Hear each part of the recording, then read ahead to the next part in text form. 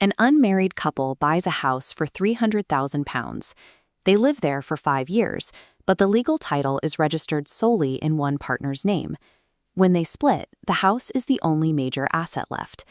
English law recognizes no concept of community of family property for unmarried partners. Without a marriage or civil partnership, there is no automatic right to half the assets. The question of who actually owns the equity becomes a matter of strict trust law. Normally, a trust over land must be declared in writing to be enforceable. Under Section 53(1)b of the Law of Property Act 1925, a verbal agreement isn't enough. Without a signed document, the claim seemingly turns to ash. But there is a statutory escape hatch. Section 53(2) explicitly exempts implied trusts, resulting and constructive trusts, from these formality requirements. They arise from conduct and words rather than paperwork. Resolving these disputes requires a precise understanding of the mechanical tests for these implied trusts. Mastering how equity fills the void left by missing formalities is the key to navigating domestic property law. A resulting trust is implied when someone transfers property but beneficial ownership remains unclear. The equitable interest jumps back to the transferor. This happens in an incomplete disposal. The settlor transfers property to a trustee but fails to name a beneficiary for the whole interest. The case of Vandervelde v. IRC demonstrates how easily this can happen. A wealthy industrialist wanted to donate £150,000 to the Royal College of Surgeons. He transferred shares to the college so they could collect the dividends, but he gave a family trust the option to buy those shares back for a nominal fee. Crucially, he never specified who that family trust was holding the option for. Because of that silence, the equitable interest in the option resulted back to Vandervelde himself. This meant he technically still owned the interest, leaving his estate caught in a massive tax net. In equity, if the disposal is incomplete, the law will ruthlessly bounce the asset back to the settler's estate to ensure the beneficial interest is never left in a vacuum. The second Westdeutsche category is the presumption of a resulting trust through financial contribution.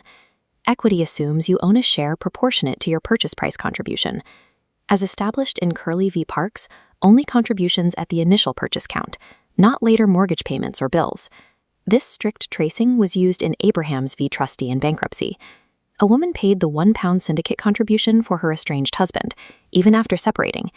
When the syndicate won over £3.6 million, the husband's creditors claimed his share. However, because the wife had provided the purchase money for the ticket, the court presumed resulting trust in her favor. The winnings belonged to her, not his creditors. Resulting trusts are governed by hard financial data. They ignore the domestic or emotional context of a relationship, focusing entirely on the money trail. There is a counter starting point, the presumption of advancement. When a father transfers property to a child, equity assumes a gift was intended. But these are only presumptions. If evidence of a contrary intention is found, the presumption is rebutted. However, the court is very selective about what evidence it will admit, following the strict rules from Shepard v. Cartwright. Only acts and statements made before or at the time of the purchase are admissible to prove intent. Afterward, the evidentiary window is strictly frozen. Any statements made after the purchase are only admissible if they are used against the person who made them. You cannot use your own later statements to self-servingly prove you intended to keep an interest. In practice, this means any post-purchase claims of "I always intended it to be a trust" are legally irrelevant if they are being used by the claimant for their own benefit. Imagine a partner contributing nothing to the deposit, but spending 20 years paying household bills. Under a resulting trust, their interest is strictly zero. This rigid focus on the moment of purchase is why the courts shifted toward a more adaptable mechanism for the family home. The common intention constructive trust focuses on unconscionability. It arises when it is unfair for the legal owner to deny an interest, given the shared intentions. In cases like Stack v. Dowden and Jones v. Kernot, the Supreme Court redefined how we view homes held in joint names. If both names are on the deed, equity presumes they own the home in equal shares. To prove otherwise, a claimant must provide clear evidence that they both intended their shares to be different from the legal title. Rather than strictly tracing the initial deposit, the court reviews the parties' entire course of conduct, including how they shared their resources, managed their finances, and organized their daily lives. When both names are on the deed, the trust already exists. The court's only task is the flexible process of quantifying those unstated shares based on the reality of the relationship. The challenge is much greater when the legal title is in only one name. Here, the claimant doesn't just need to quantify a share, they have to prove they have an interest at all. This scenario is governed by the strict two-hurdle test from Lloyds Bank v. Rossett. Hurdle 1 is common intention.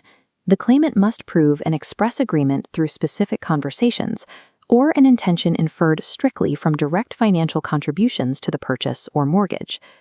Hurdle 2 is detrimental reliance. The claimant must show they significantly altered their position because they believed they would have an interest in the property. Many claimants fail here because non-financial domestic acts, like supervising builders, decorating, or raising children, often do not meet the strict inference requirements of Rossett.